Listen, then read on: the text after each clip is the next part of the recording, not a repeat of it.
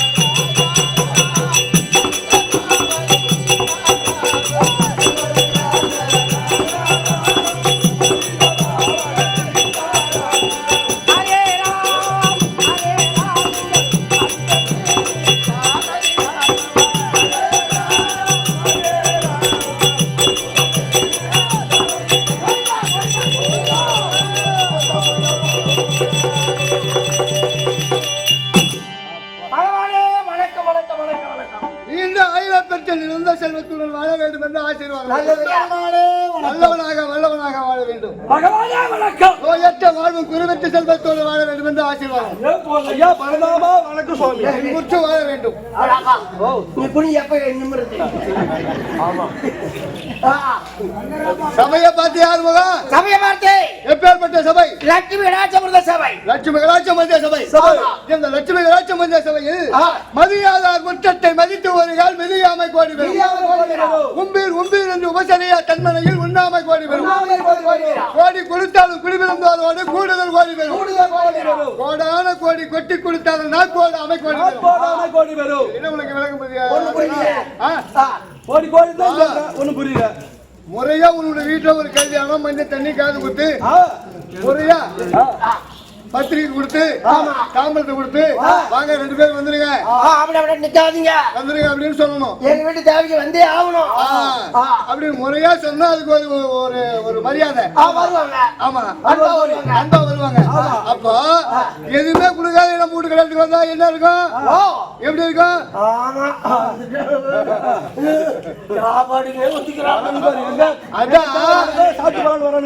மதியாதார் முற்றத்தை மதித்து ஒரு கால் மிதி கோடி வரும். அது மாதிரி முறையா கூப்பிட்டாதான் அதுக்கு ஒரு கோடிக்கு சமமா. உம்பீர் என்று உபசரியா தன்மனையில் உண்ணாமை கோடி வரும். ஆறுமுக வீட்டுல போனா நல்லா சாப்பிட்டு வந்துடலாம். அப்படி நேரம் நம்ம பைசோட போகணும் வச்சுக்க. ஆறுமுகம் நல்லா சாப்பிடுன்னு சொல்லுவான். அவங்க கொண்டாட்டி நம்ம வீட்டுல சாப்பிடுவாங்க. நம்ம வீட்டுக்கு சாம்பார் நல்லா இருக்காது. ஆமா அவருக்கு பிடிக்காது. அவங்களுக்கு சாப்பிட மாட்டாங்க. அந்த அன்போடு எங்க வீட்டுல இருக்கிறது பச்சை தண்ணி கூடாதாலும் நீங்க சாப்பிட்டுட்டு தான் போகணும். அப்படின்னு சொன்னாலும் அது ஒரு கோடிக்கு சமமா. உம்பீர் என்று உபசரியா தன்மனையில் உண்ணாமை கோடி வரும். கோடி கொடுத்தாலும் குடிபிறந்தால் ஒரு கூடுதல் கோடி வரும். இந்த மாதிரி ஒரு நல்லவங்களை கொண்டா ஒரு நல்ல புத்தி சொல்லுவான். ஒரு கெட்ட பாதைக்கு போனவங்களும் வேணாம் அங்க வேணாம் கடைக்கு போகாத பிறந்த கடைக்கு போகாத ஒரு நல்ல புத்தி சொல்லுவான். அந்த மாதிரி ஒரு ஐயோக பையன்கிட்ட கொண்டா அதே வேலை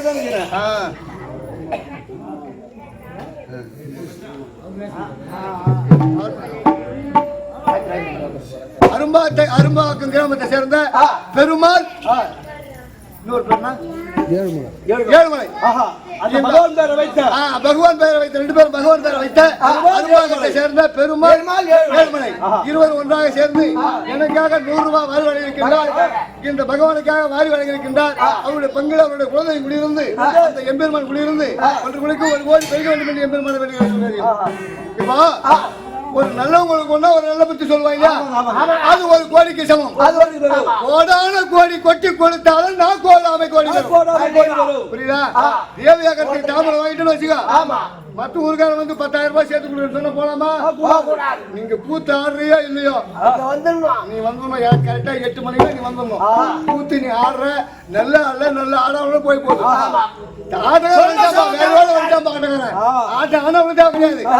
முறையா தாமரை கொடுத்தா முறையா வந்து சேர்ந்தார்கள். அது ஒரு கோடிக்கு சமம்.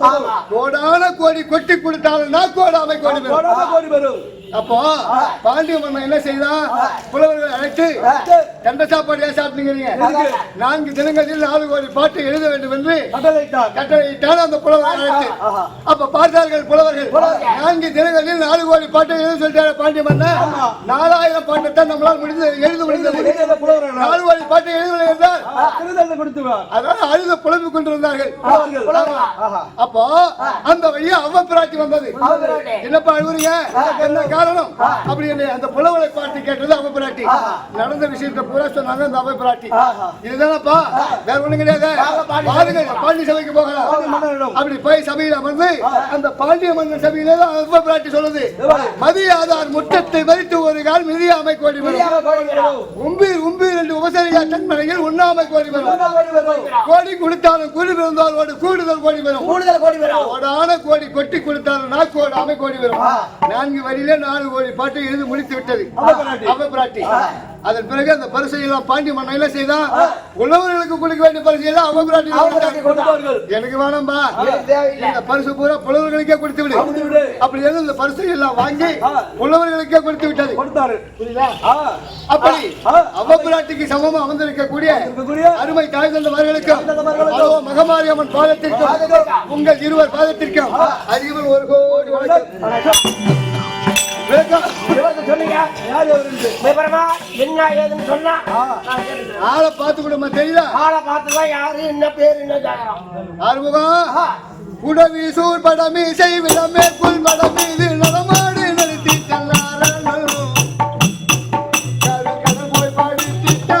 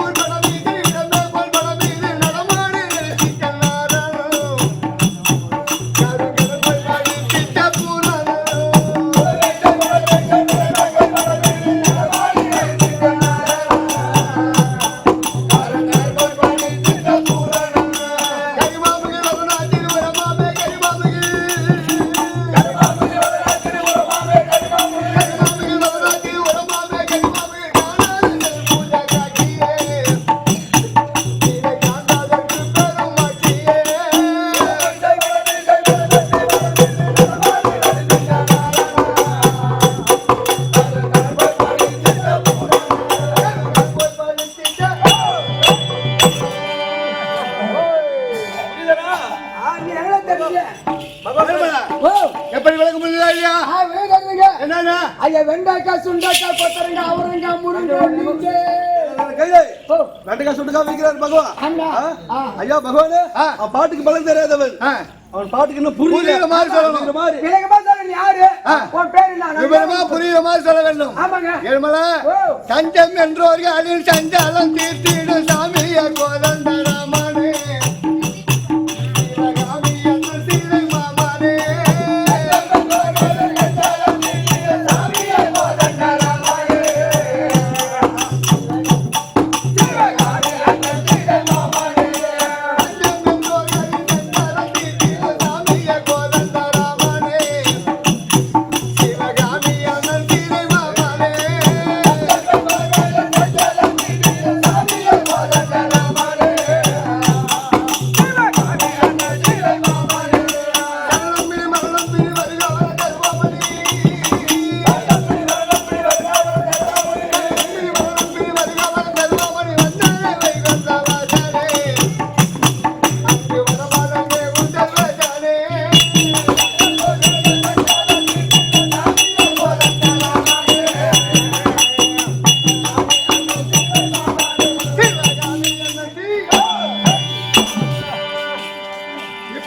உனக்கு விளக்க முடியல. என்னன்னா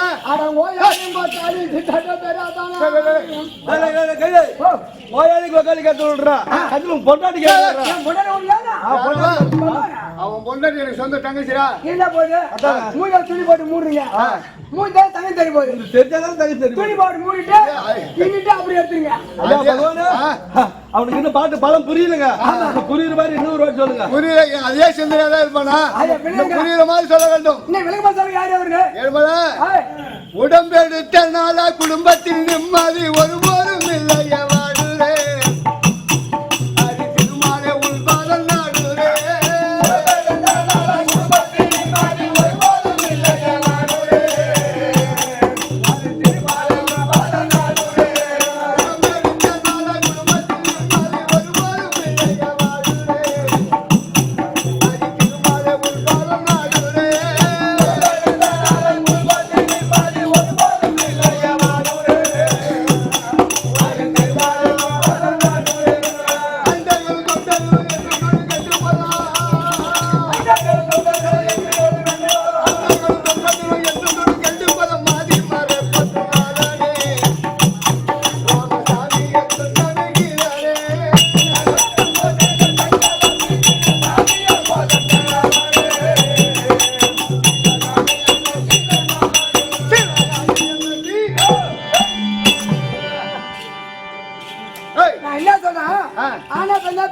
ஒரு ஆள் ஒரு பேர் தான்.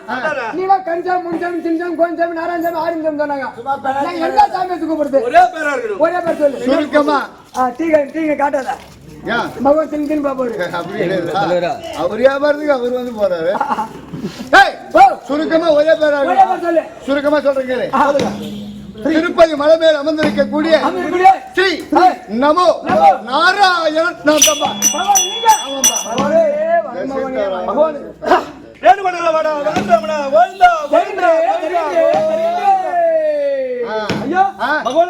நானேதான்பா அங்கதான் வரேன். அங்க இருந்து இங்க வந்துட்டு உன் வேலை அங்க செய்யுது. என் வேலை என்ன பண்றேன்? என் வேலை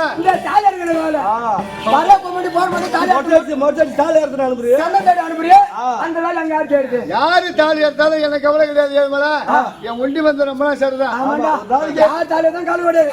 ஒரு நாளைக்கு 3 உண்டி ரம்பிடணும். தாலே ரம்பிடணும். ஆமா தாலி வாங்குற நீ சொல்ற மாதிரி 3 உண்டி 4 உண்டி ரம்பினாலும் என் கல்யாணத்துக்கு வாங்கின கடை இன்னும் குபேர கட்ட அடையாது வட்டி தான் கட்டின்னு வரேன்.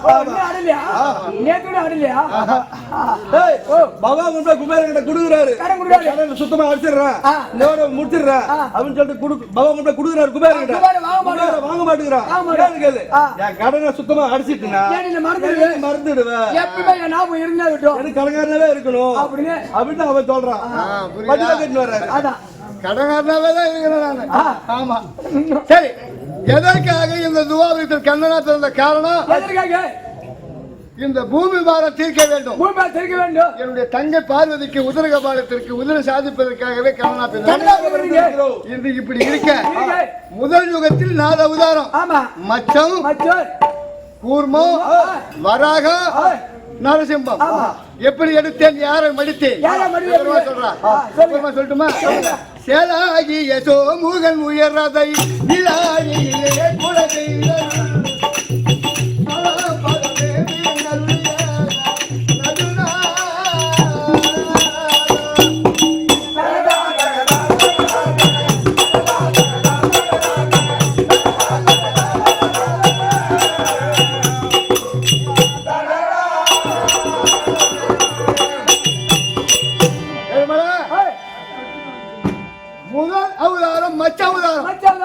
எதற்காக எடுத்தேன் தெரியுமா? என்ன காரணம்? என்னுடைய மகன் இருக்கின்றாரு ஐயனாக பிரம்மதேவன் 4 வேதத்தை கொடுத்து இந்த பாமர மக்களை படைக்க சொன்னீங்க. 4 வேதத்தை பெற்று பாமர மக்களை படைத்து நான் தான் பெரிய ஆளு என்று ஆணவத்தோடு அகந்தியோடு இருந்தார். ஆமா கொஞ்ச நெஞ்சம் ஆணவ மக்கள் சரியான ஆணவம். அப்போ பார்த்தேன் இந்த ஆணவத்தை அழிக்க வேண்டும், அகந்தியை ஒழிக்க வேண்டும். அதற்காக வேண்டிய இனத்தன்மை செய்த சோமுகாசூரனை விற்பனை செய்து அந்த 4 வேதத்தையும் பிடிங்க செய்ய. அப்போ சோமுகாசூரன் அந்த 4 வேதத்தை பிடிங்க கொண்டு என்னிடம் வரவே கிடையாது. மீண்டும் ஆயாய சமுத்திரத்தில் ஓடி ஒளிந்து கொண்டார். ஆமா எங்களாக தேடி பார்த்தா ஆயாய சமுத்திரத்தில் பதவி கொண்டிருக்கின்றார். அவனை எப்படியாவது மடிக்க வேண்டுமே. அதற்காக வேண்டி மச்சம் என்று சொல்லக்கூடிய மீன் அவதாரம் எடுத்து ஆயாய சமுத்திரத்தில் இருக்கக்கூடிய ஜலத்தை எல்லாம் என் செவியிடமாக அடக்கிக் கொண்டு சோமுகாசூரனை மடித்து மீண்டும் அந்த 4 வேதத்தை பிடுங்கி மீண்டும் ஐயாக பிரம்மதேவன் கேட்டா எனக்கு 4 வேதம் படிப்பு செய்ய முடியாது. நான் செய்தது தப்புதான். அந்த ஆணவம் அழிந்து விட்டது, அகந்து ஒழிந்து விட்டது. அதற்காக வேண்டி மீண்டும் அந்த 4 வேதத்தை கொடுக்க வேண்டும் என்று மன்றாடி கேட்டான் அந்த பிரம்மதேவன். மீண்டும் அந்த 4 வேதத்தை பிடுங்கி பிரம்மதேவன் கொடுத்து ஒழுங்கா இந்த பாமர மக்களை படைக்க சொல்லு அப்படி என்று. ஆமா அதன் பிறகு தேவர்கள் ஒருபுறமும் அசராதிகள் ஒருபுறமும் அமிர்தம் கிடைந்தார்கள். அப்போ மகமேரிகள் பருவத்தை மத்தாக்கி திருப்பாக்கடலை ஒரு பாண்டமாக்கி ஆதிசேஷனை ஒரு கையிலாக கொண்டு தேவர்கள் ஒரு புறமும் அசராதிகள் ஒரு புறமும் அமிர்தம் கிடைக்கக்கூடிய நேரத்தில் ஜாடியானது அசையாமல் நின்று விட்டது. அப்ப பார்த்தார்கள் அனைவரும் ஒன்று கூடி என்னை என்னிடத்தில் வந்து முறையிட்டார்கள். நாராயணா இந்த ஜாடியானது அசையாது இருக்கின்றது, இதற்கு ஏதுமான வழி சொல்ல வேண்டும். அனைவரும் ஒன்று கூடி என்ன கேட்டார்கள். கேட்ட உடனே என்ன தெரியுமா செய்த கூர்மம் என்று சொல்லக்கூடிய ஆமா அவதாரம் எடுத்து அந்த ஜாடியை லேசாக தாங்கி பிடித்து அந்த ஆமா உடைக்கு பற்றி ஆமா ஆமா ஆமா ஆமா சீக்கிரம் உடைக்க முடியாது, அவ்வளவு பலம். அந்த ஆமா உருவை எடுத்து அந்த ஜாடியை லேசாக தாங்கி பிடித்து அதன் பிறகுதான் அந்த ஜாடியானது அசைந்தது, அமிர்தம் கிடைந்தார்கள். அதன் பிறகு அந்த வேலையை முடிந்தது. 2வது அவதாரம் கூர்மம் என்று சொல்லக்கூடிய ஆமா அவதாரம். அதன் பிறகு என்ன செய்தேன், நான் 1000 கண்டம் உண்ட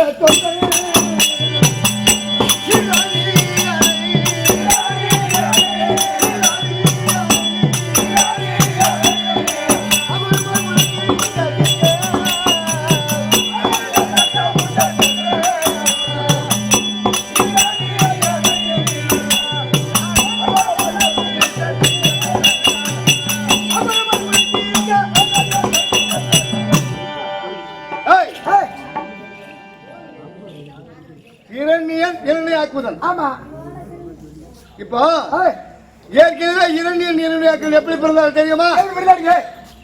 இந்த அலையை கிழித்துக் கொண்டு இப்படி ஒருவன் குதித்தான்.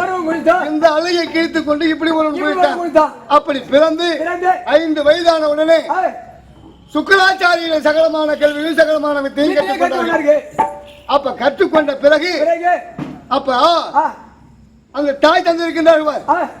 அந்த சுக்கராச்சாரி சகலமான கேள்வி சகலமான வித்தையும் கற்றுக். அப்ப இரணியம் பார்த்தான். இரணியாக்குதா அத்தனை வித்தைகளும் கற்றுக்கொண்டோம். என் கண் முன்னால் ஒரு வித்தை எடுத்து காட்டுறான். அப்படி அந்த இரணியன் கேட்க அப்ப இரணியாக்குதா என்ன செய்தான்? இந்த 1008 அண்டத்தையும் பாயாக சுருட்டி பாயாக சுருட்டி ஆயாக சமுத்திரத்தில் கொண்டு போய் நறுவலால் கோட்டை கட்டி கொண்டார். அப்போ தேவர்கள் வந்து என்னிடத்தில் முறையிட்டார்கள். இரண்டையாக்குதலை எப்படி மடிப்பது அப்படி என்று முறையிட்டார்கள். அவனை மடிக்க வேண்டுமானால் நறுவலால் கோட்டை கட்டி கொண்டிருக்கின்றார். அந்த நறுவலை தின்று போய் தானே படிக்க முடியும். பன்றி அவதாரம் எடுத்து அந்த நறுவலை மென்று தின்று கொண்டு போய் அந்த இரண்யாக்குதலை மடித்தேன். இரண்யாக்குதலை மடித்ததால் இரணியனுக்கு கோபம் பிரவேசித்து தேவ வருஷத்தில் 16,000 வருஷம் தபத்தை செய்து பிரம்மதேவன்கிட்ட வர வாங்குறான். அள்ளிலும் பகலிலும் இரவிலும் எந்த ஆயுதத்தாலும் எனக்கு சாக வரக்கூடாது என்று வரத்தை வாங்கி விட்டான். அது பிரம்மதேவன் கொடுத்துட்டான். இவன் எப்படி ஆயுதம் ஒழிக்க வேண்டும் அப்படி என்ன செய்த? 12 ஆழ்வார்களை ஒருவனை அழைத்து அந்த ஆழ்வாரை அழைத்து இரணியனுக்கும் மீளாவதிக்கும் பிரகலாத ஆழ்வாராக பிறக்க செய்து எந்த நேரமும் என்னுடைய நாராயண மந்திரத்தை உச்சரித்துக் கொண்டே இருந்தான். யாரு? பிரகலாதன். ஆமா, எந்த நேரமும் நாராயண நாராயண நாராயண நாராயண என்று உச்சரித்து கொண்டிருந்தார் பிரகலாதர். அந்த இரண்டு எப்படி மடிக்கிறது? இதான் தந்தை அவருக்கு அவன் மகனை வச்சு மடிக்க வேண்டும். அவன் மகனை வச்சு அவன் தந்தையை கொள்ளணும், மடிக்க வேண்டும். அவன் ஆரம்பித்தார். அப்போ அசுரகுல வேதத்தை சொல்லவே கிடையாது. யாரு பிரகலாதனுக்கு கூறி யாரு சொன்னா சண்டாமார்க்க வாத்தியார் இரணிகிட்ட போய் சொல்றான். ஐயா, உங்கள் அசுரகுல வேதத்தை பிரகலாதன் சொல்லவே கிடையாது. எந்த நேரமும் நாராயண மந்திரத்தை உச்சரித்துக் கொண்டே இருக்கின்றான். அதனால என்னால எவ்வளவோ முடியுமோ நான் பார்த்து விட்டேன். அதை சொல்லவே கிடையாது. சொன்ன உடனே இரணியனுக்கு கோபம் பிரவேசித்து பிரகலாதா வழங்க எவ்வளவு ஆணவோ அகந்தை என்னுடைய பேரை சொல்லவே கிடையாது. சொல்லவே கிடையாது. எந்த நேரமும் நாராயண நாராயண சொல்லிக் கொண்டிருக்கின்றாயே அந்த தெய்வ கண்டுமுலா வருமா? எங்க இருக்கிறார் அப்படி என்று இரணியன் கேட்க அப்ப சொல்றான், இந்த தூணிலும் இருப்பான், இந்த துரும்பிலும் இருப்பான். அப்படி பிரகலாதன் சொன்ன உடனே இரணியனுக்கு கோபம் பிரவேசித்து எதை எடுத்தான்? 9 நவரத்தினால் உருக்கி ஊத்தப்பட்ட துஜாவன கம்பம் இந்த தூண்ல இருப்பான்னு சொல்லிட்டு கோபம் பிரவேசித்து எடுத்தாங்க. ஒரு அந்த தூணை பிளந்து கொண்டு நரசிங்க அவதாரம் எடுத்து என்ன வரவாங்கன்னா இரவிலும் பகலிலும் எந்த ஆயுதத்தாலும் வரக்கூடாது. இப்ப கூட நீ கொல்லிக்கு போகும்போது இறங்கி நேரத்தில் போறேன்னு சொல்றாங்க பத்தியா? இரவும் கிடையாது பகலும் கிடையாது. எந்த ஆயுதத்தாலும் சாகக்கூடாதுன்னு வார்த்தை வாங்கிட்டான். நரசிங்க அவதாரம் எடுத்து இந்த நகை கண்களாலே அவர் குடலை கிழித்து ரத்தத்தை குடித்து இரணியனை மடித்து முதல் யுகத்துல 4 அவதாரம் மச்சம், கூர்மம், வராகம், நரசிங்கம். இரண்டாவது யுகம் எப்படி பிறந்து யாரை மடித்து சொல்றவா?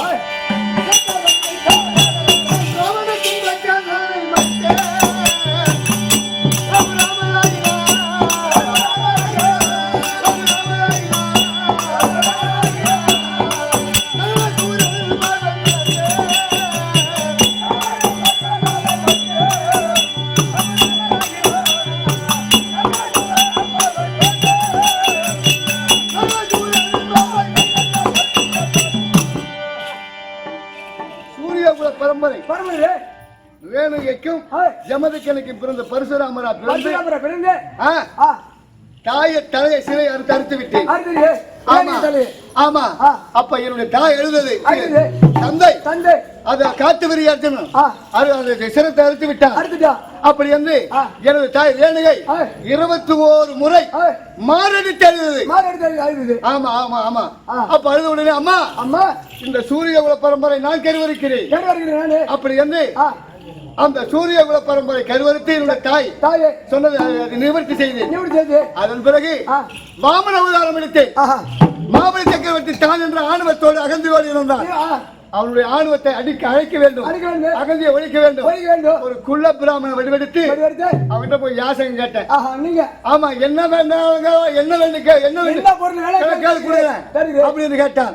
எனக்கு 3 அடி மண் வேண்டும் எடுத்துக்கோ அப்படின்னா இந்த பூமி ஒரு அடியாகவும் அந்தத்து ஒரு அடியாகவும் 2 அடி அளந்துட்டேன். மீது எங்கடாக வைக்கிறது அப்படின்னு கேட்டேன். என் தலைமையில வைக்கணும். தலைமையில் வைத்து அவனை மதித்து அதையும் தீர்த்து மூன்றாவது தசரத சக்கரவர்த்திக்கும் கோசலை அம்மனுக்கு ராமனாக பிறந்து சகலமான கல்வியும் சகலமான வித்தையும் கற்றுக்கொண்டு இருக்கக்கூடிய நேரத்தில் ஜனக நாட்டிற்கு சென்று சீதாதேவியை மணந்து மீண்டும் அயோத்திக்கு வந்து அந்த நேரத்தில் தான் என்னுடைய தந்தை தசரத சக்கரவர்த்தி ராமபிரானுக்கு திருமணத்தை செய்து வைத்து விட்டோம்.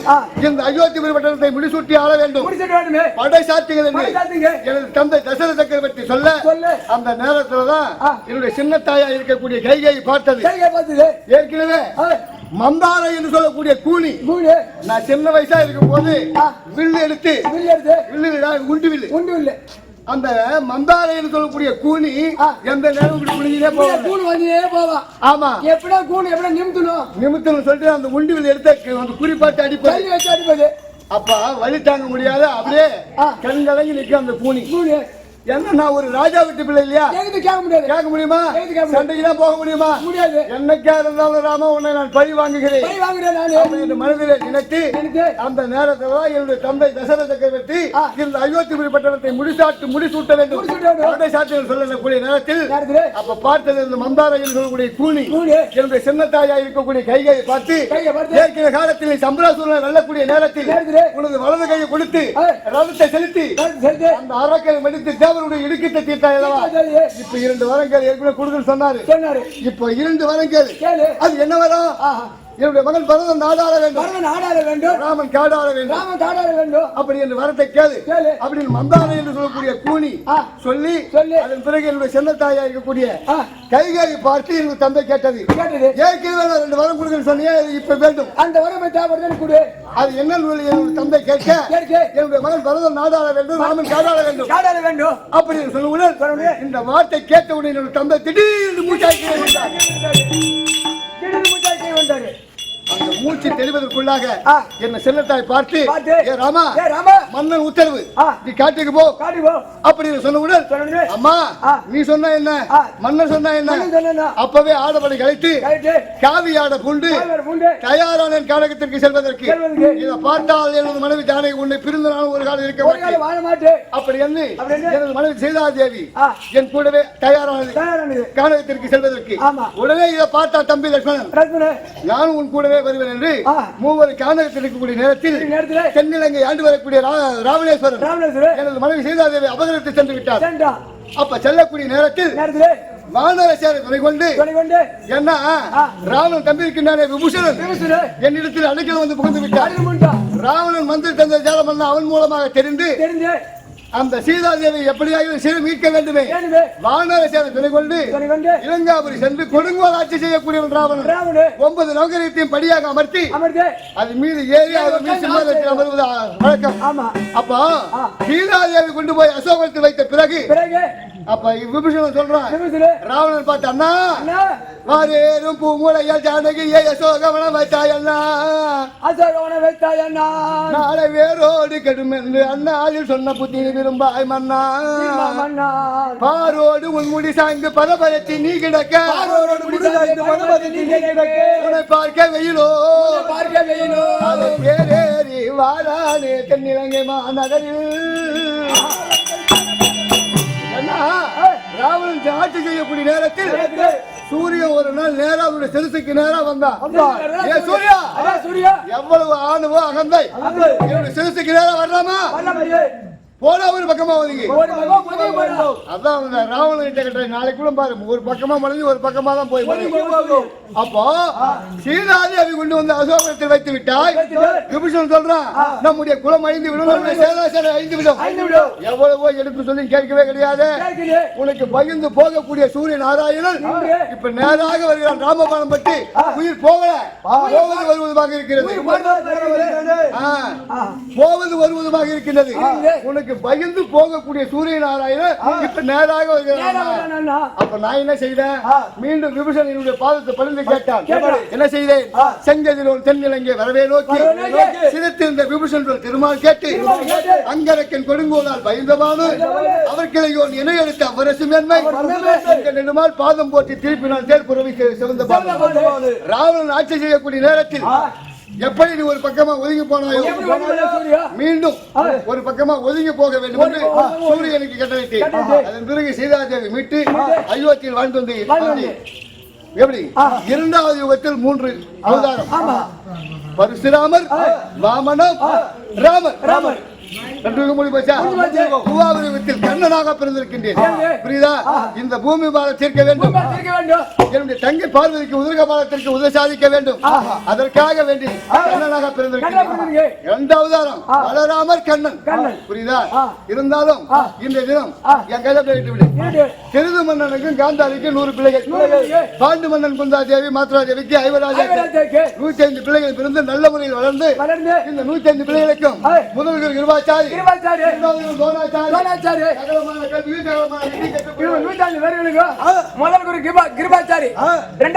தோலாச்சாரி, இவங்க 105 பேர்களும் சகலமான வித்துகளும் யானை ஏற்றோர், குதிரை ஏற்றோர், மின்கந்து அனைத்தும் சகல வித்தையில கற்றுக்கொண்டார்கள்.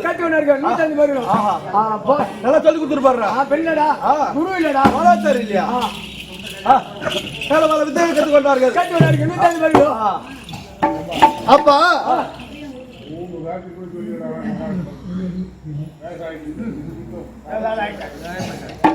எனது மனைவி லட்சுமி நாராயணன் சீக்கிரம் கொண்டு வா. பகவான் லட்சுமணன் லட்சுமணன் பகவான்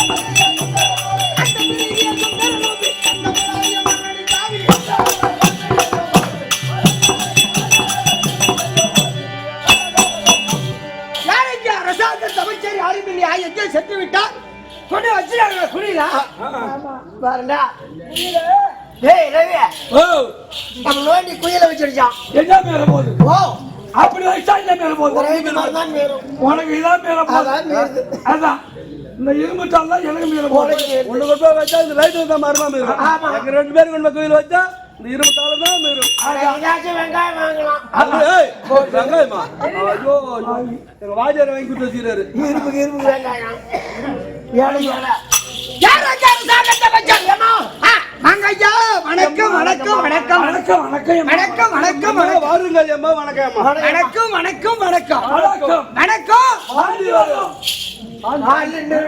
சேர்த்து சாப்பிடும் ஆமாண்டா அப்படியேப்பட்ட குட்டியா ஜானுங்க நாங்கெல்லாம் குடிச்சுட்டு ஆட்டாடுறவங்க தாங்க குடிக்கார ஜாமா ஐயா ஒரு மனிதனை வாழ வைப்பது வணக்கம் அதனால்தான் வணக்கம் வாழ்வு தரும் வணக்கம் தர கணக்கு சொல்லிருக்காங்க அதெல்லாம் இருக்கட்டும் நமக்கு தாய் திருநாளா விளங்கி வரக்கூடிய இந்த தேவியாகரம் நன்னகரத்தில் எதற்காக நாடகம் வச்சிருக்காங்க ரவி அதெல்லாம் மாரியம்மன் அது சரி ரவி உரிமையுடன் உனது திருமலரடியை நினைக்கின்ற உத்தமதன் உறவு வேண்டும் உள்ளன்பு வைத்து புறம் ஒன்றி பேசுவர்கள் உறவு கலவாமை வேண்டும் மதமான பேய்பிடியாமல் இருத்தல் வேண்டும் மருவ பெண்ணா செய்ய நான் மறக்க வேண்டும். மதி வேண்டும், நிதி வேண்டும், குருநாதா உன் கருணை எனக்கு வேண்டும். நோயற்ற வாழ்வு நான் வாழ வேண்டும். சென்னி நகர் கண்ட கோட்டத்துள் வளரும் ஸ்தலவோங்கும் கண்ட வேலை சண்முக தெய்வமணி உன்முக சைவமணி சண்முக தெய்வமணி. யார் பாடினாங்க தெரியுமா? இது யார் பாடினாங்க தெரியுமா? ஐயா ஒரு விஷயம் சொல்ற கேட்கிறியா? திருக்குறள் என்பது 1330 திருக்குறள். அது 1.5 வரி இருக்கலாம், 1.25 வரி இருக்கலாம். ஆனா அந்த 1.25 வரியை உருப்படியா வரப்படிச்சு பாட அருகதை கற்றவர் நாம. ஒரு பாடல் எழுதுறதுக்கு கடவுள் நமக்கு அந்த திறமை கொடுக்கலையே. இந்த பாடலை எழுதினவர் யாருன்னு கேட்டா வடலூருக்கு சென்றிருக்காயா?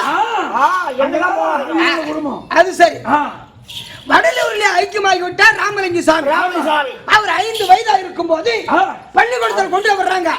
ராமலிங்க சாமி பள்ளி வளர்க்கிற இடம் போய் பார்த்தோம். அப்ப பள்ளிக்கூடத்தில் கொண்டு விட்ட உடனே எல்லா பிள்ளைகளையும் உட்கார வச்சு வாத்தியார் பாட சொல்றார். எப்படி சொல்றார்? ஓதாமை ஒரு நாளும் இருக்க வேண்டாம், ஒருவரையும் பொல்லாங்கு சொல்ல வேண்டாம், மாதாவை ஒரு நாளும் மறக்க வேண்டாம், வஞ்சனைகள் செய்வாரோடு இணங்க வேண்டாம், நெஞ்சார பொய் தன்னை சொல்ல வேண்டாம், நிலையல்ல காரியத்தை நிறுத்த வேண்டாம். இப்படி எல்லா பிள்ளைங்களுக்கும் பாட சொல்றார். எல்லா பிள்ளைகளும் இந்த பாடத்தை பின்னால வாங்கி சொல்றாங்க. ஆனால் இந்த ராமலிங்கம் மட்டும் 5 வயது பையன் எல்லா பிள்ளைங்களும் அந்த பாடத்தை வாங்கி சொல்றாங்க. இந்த ராமலிங்கம் மட்டும் சொல்லல, பேசாத உட்கார்ந்து இருக்காரு. விட்டாங்க. அப்போ அந்த ராமலிங்க பக்கத்துல உங்களை மாதிரி வாய் முச்சமான பசங்க, பதட்டமான பசங்க எழுந்து வாத்தியார்கிட்ட போட்டு கொடுத்துட்டாங்க. சார் சார் சார், நீ சொல்லக்கூடிய பாடத்தை நாங்க எல்லாம் வாங்கி சொல்றோம், இந்த ராமலிங்கம் மட்டும் சொல்லல சார். உட்கார்ந்து இருக்காரு சார், பேசாம உட்கார்ந்து இருக்காரு அப்படின்னு போட்டு கொடுத்துட்டாங்க. கொடுத்த உடனே வாத்தியார் கோவம் வந்துச்சு. ராமலிங்கம்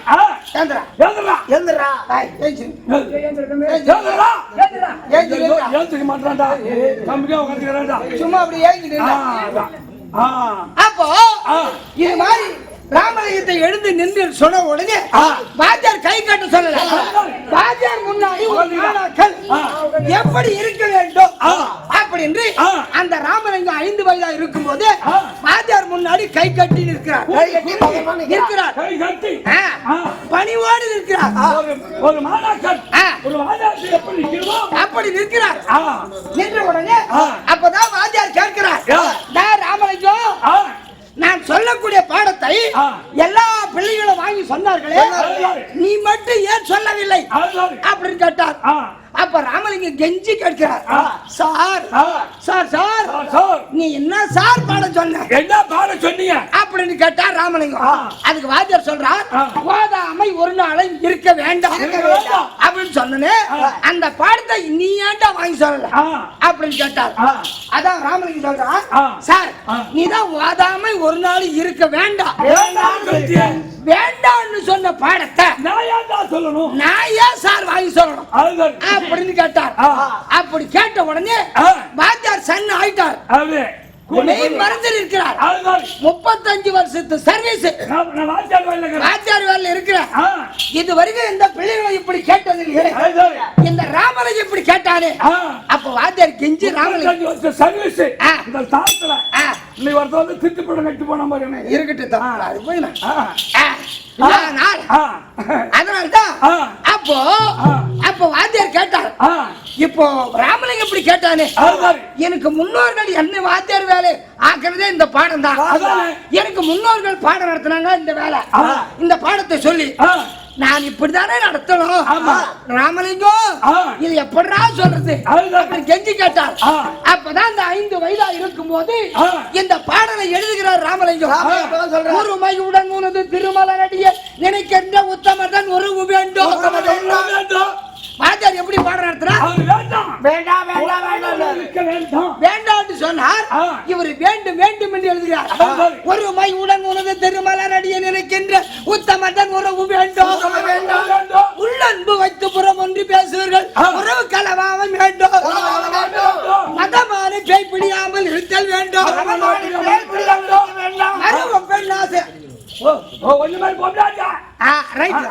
இப்போ இந்த உலகத்திலே ஆரம்பம் மதம் புரிந்தது யானை. ஆமா. உயிரினங்களிலே மதம் புரிந்தது யானை. யானைக்கு மதம் பிடித்து விட்டால் யாருமே எதிர் நிற்க முடியாது. அதை விட மதம் புரிந்தவங்களா பெண்கள். பெண்கள் அதுக்குதான் கடவுளை பார்த்து அவங்களுக்கு மாத பிறவிடை போக வைத்திருக்கான், அதை அடக்குவதற்கு. அப்ப ஆண்களுக்கு கட்டுப்பட மாட்டார்கள் அப்படின்னு கடவுள் உமா மகேஸ்வரிக்கே இந்த தீவினை.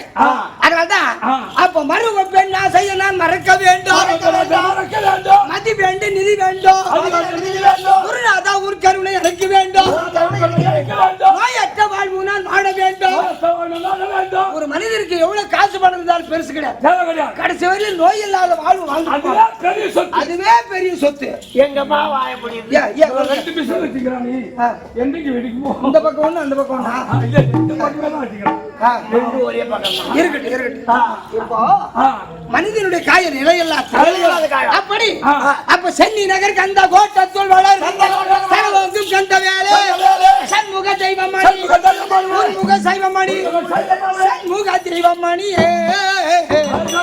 அப்படி எழுதினார். எதற்காக அந்த செய்தி சொல்றேன்னு கேட்டா, ஏற்கனவே நாடக பேராசிரியர் சேகர் ஜமாவல் வந்து இந்த ஊர் ஆடினோம். அதற்கு பிறகு நமக்கு தாய் திருநாடா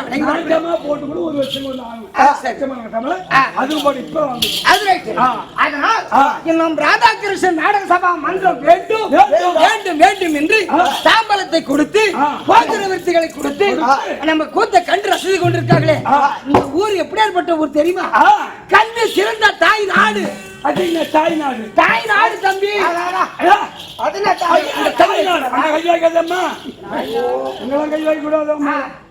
அவனை பொம்மை மாதிரி வச்சிருக்கணும். சரி, பொம்மை மாதிரி வச்சிருக்கணும். அது சரி. அதனால்தான் இந்த தேவியாகரம் நல்ல கல்வி சிறந்த தாய் நாடு. தாய் நாடு. அதனால்தான் கப்புல வாங்கிக்கிறாங்களா? வந்து நம்ம ரசிக்கிறாங்க தெரியுமா?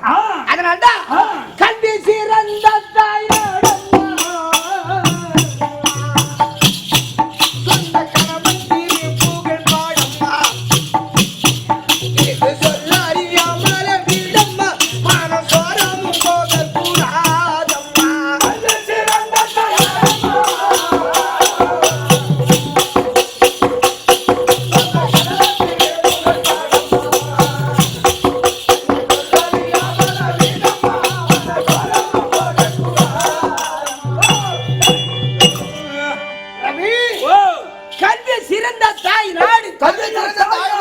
எப்படி பாட்டினுடைய விளக்கம்? கவர்மெண்ட் எங்க ஆம்பளை மதியில செலுத்தான். பொம்மையாட்டி தான் தலைவர், பொம்மையாட்டி தான் கவுன்சிலர், பொம்மையாட்டி தான் நாடு நம்பரு. ஐயா அவங்களை போட்டா மட்டும் தைக்காச்சு ஒண்ணு கூட விட்டாக்கா நெல்லை சொல்லி பார்த்தா நீ எங்க மரியாதை எடுத்து தாய் தாய் நாடுன்ற. ஐயா எப்படி இதெல்லாம்? அதான் ஒவ்வொரு வரிக்கும் பாட்டினுடைய விளக்கம். கல்வி சிறந்த தாய் நாடம்மா, சொந்த கணவன் திரு புகழ் பாடம்மா, இது சொல்லாரே யாமாலே வீடம்மா, மன சோரமும் போக கூடாதம்மா, புகுந்த பிறந்த வீட்டில் இருந்து அது சரி. அதனால்தான் பிறந்த வீட்டில் இருந்து ஒரு பெண்மணியாரோடு புகுந்த வீட்டிற்கு சென்று விட்டால் அந்த வீட்டை கோவிலாக பாவிக்க வேண்டும். எத்தனை கஷ்டம் இருந்தாலும் வாயிற்படியை விட்டு வெளியே வரவே கூடாது. அது வந்துருச்சுன்னு சொன்னா அது அம்பலமாகிடும். அதனாலதான் பத்திரக்கோட்டையார் எழுதி வச்சா இது திருப்புகழ். பாத்துங்கடி பாத்தும் பெண்ணாலே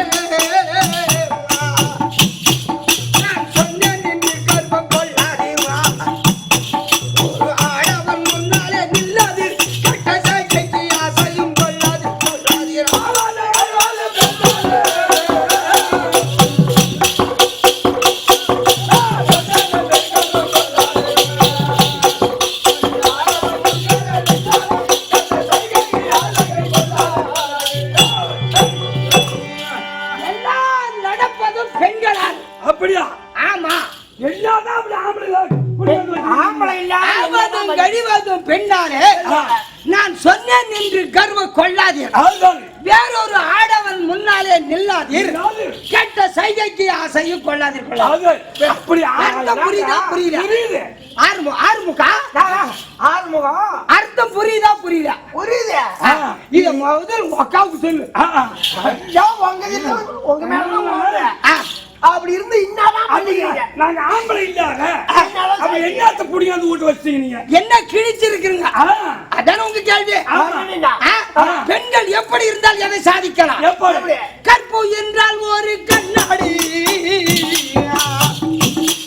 அதை கைநடுக்க விட்ட பின்னாடியா, அது ஒன்றுக்கு உதவாது நம்மாடி, இது யுக்தி யோசித்து முன்னாடி.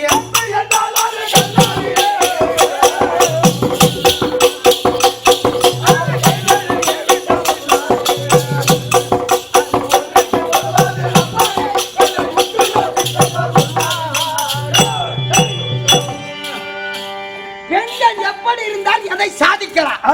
அதான் உங்கள் கேள்வி. பெண்கள் கற்போடு இருந்தால் எதையுமே சாதிக்கலாம். அப்படி கற்போடு இருந்து அப்படி என்னத்த கொண்டு வந்து வச்சிருக்கீங்க? கற்புடைய பெண்களா உங்களை மாதிரி திமிரு பிடிச்ச பசங்க, ஆணவம் பிடிச்ச பசங்க எத்தனை பேர் இந்த மண்ணடக்கம் போயிருக்கான் தெரியுமா? யாரவன்? அது அவங்களோட ஆளு போய்கிறாங்க. நாங்க குடிச்சு அழிஞ்சிருவோம். மாட்டோம். அது சரி.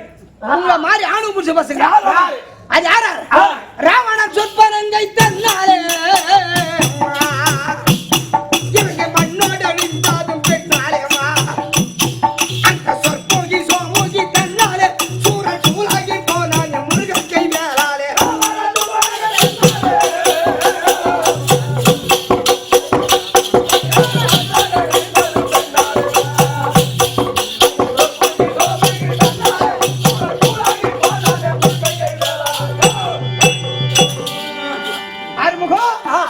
ராவணன் இருந்தானே அவனுடைய தங்க சொற்பனனுடைய வார்த்தை கேட்டு சீதா பிராட்டியை கொண்டு போய் அசோகவனத்தில் சிப்சப மரத்தடியில் வைத்தார்.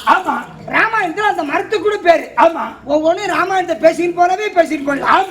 அப்போ அந்த பத்திரி தெய்வத்தினால் அவனுடைய தங்கை வார்த்தையை கேட்டு இலங்காபுரி மண்ணோடு போச்சு போ. வீர மகேந்திரபுரி ஆண்டு வரக்கூடிய சூரபத்மன் அவனுடைய தங்கை அசோமுகி இந்திராணியை கொண்டு வந்து சூரபத்மனுக்கு படுக்கரைக்கு விட நினைத்தார். அந்த பத்திரி பெண்ணால் முருகப்பெருமானை உற்பணம் செய்து சக்தி வேலை கொடுத்து அந்த வீர மகேந்திரபுரிய மண்ணோடு போயிட்டா என்ன சாதித்திருக்கார்? இறந்தவர்களை மீட்டல் பெண்ணம்மா, இருவு வெடியாத செய்தவள் பெண்ணம்மா, இது கற்புக்கு ஆதாரம் வந்தம்மா, இது ராஜவேலு தமிழ் வந்தம்மா ஒன்றம்மா.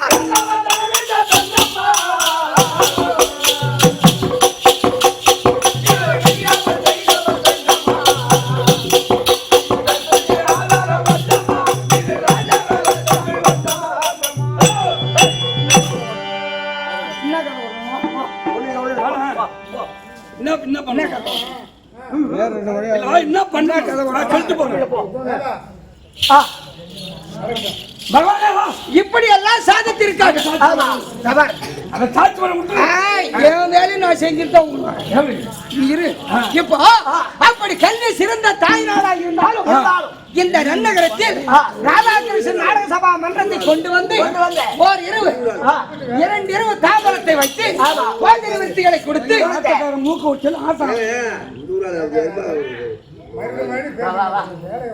போஜன விருத்திகளை கொடுத்து நாடகத்தை கண்டு கழித்துக் கொண்டிருக்கார்களே, இது என்ன சபை? புரிந்த சபையில் யார் யார் அமர்ந்திருக்கார்கள்? இந்த கிராம தேவதையா இருக்கக்கூடிய அம்மனுடைய திரு பாதத்திற்கும் நம் நாடகத்தை கண்டு கழித்துக் கொண்டிருக்கார்களே அனைவருடைய பாதத்திற்கும் எந்த ஊராட்சி மன்ற தலைவர் ஐயா அவர்களுக்கும் இன்னும் மற்றுமுள்ள பெருமகள் அனைவர்களுக்கும் நம் நாடக கம்பெனி அவர்களுக்கும் நம் கம்பெனி வாத்தியார் கோடையடி மருந்துக சக்கரவர்த்தி அவர் சொல்லிட்டாரு சமவானுக்கு மேல வைக்காத ஒரு முடிவா நம் நாடக ஆசிரியர் கோடையடி மருந்துக சக்கரவர்த்தி பழையனூர் சேகர் அவர்களுக்கும் செல்லங்கப்பா ரவி நாடக ஆசிரியர் அவர்களுக்கும் முருக்கம்பாடி ஆறுமுகம் ஐயா அவர்களுக்கும் நம்ம கூத்தை கண்டு ரசிப்பதற்காக இன்னும் அக்கம் பக்கத்தில் வந்துட்டாங்க இல்லையா அனைவருடைய பாதத்தில் உங்கள் இருவருக்கு தானே பையா சொல்லி போல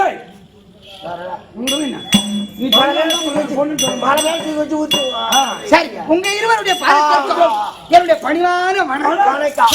இவ்வளவு அழகா பேசுறியே, நீ யாரம்மா? எந்த ஊர்? எந்த ஊர்? இப்ப பாடினேன் அல்லவா? இப்ப நான் வெளியே வரும்போது பாடி வந்தேன் அல்லவா? அது கமல முக சிங்காரி கனத்த தண்டிகையை. ஆமா. ஆனால் நான் யாரால் உருவாக்கப்பட்டவள்? ஒரு தாய் வயிற்றில் பிறக்காமல் பிறந்தவள் நான்.